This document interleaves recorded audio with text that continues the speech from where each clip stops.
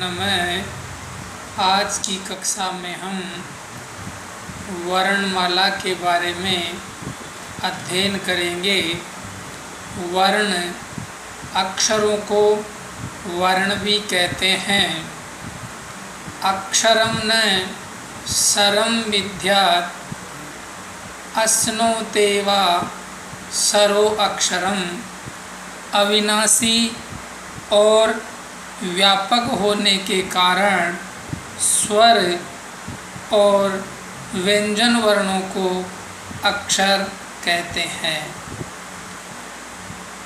वर्णमाला के बारे में एक समय भगवान शिव जी ने डमरू बजाया, उससे 14 चतुर्दश सूत्र निकले। उन्हें माहेश्वर सूत्रों के नाम से जाना जाता है।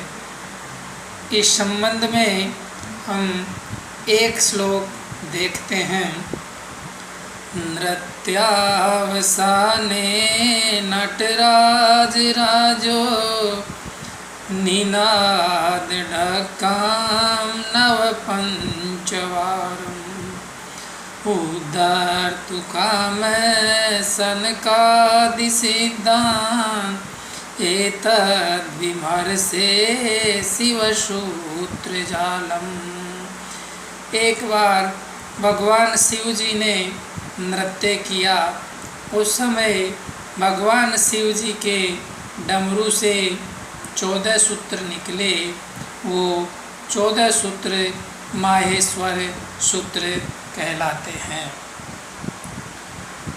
माहेश्वर सूत्रों के अनुसार कुल वर्ण जिनको प्रत्याहार में अल प्रत्याहार से बताते हैं, उनकी संख्या 42 है। यहाँ पर हम संस्कृत की जो वर्णमाला है उसकी बात कर रहे हैं। इसमें स्वर है, स्वरों को अच भी कहा गया है। इनकी संख्या 9 है। ए ई उ री री ए आई ओ औ, ये 9 स्वर है।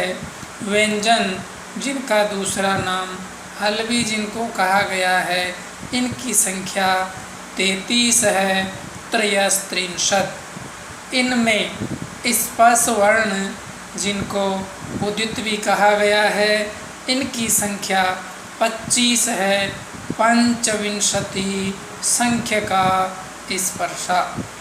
कु में क वर्ग क ख ग घ घ। चू में च वर्ग च छ ज झ ये। टू में ट वर्ग ट ठ ड ढ ण। तू में त वर्ग त थ द ध न। पू में प वर्ग प फ ब भ म। इस प्रकार से ये 25 स्पर्श वर्ण जिनका दूसरा नाम उदित भी है, ये इन्हें कहा गया है। इसके आगे 4 वर्ण ऊष्म वर्ण है। स है। इसके पश्चात अंतस्थ वर्ण ये 4 है। ये र ल व।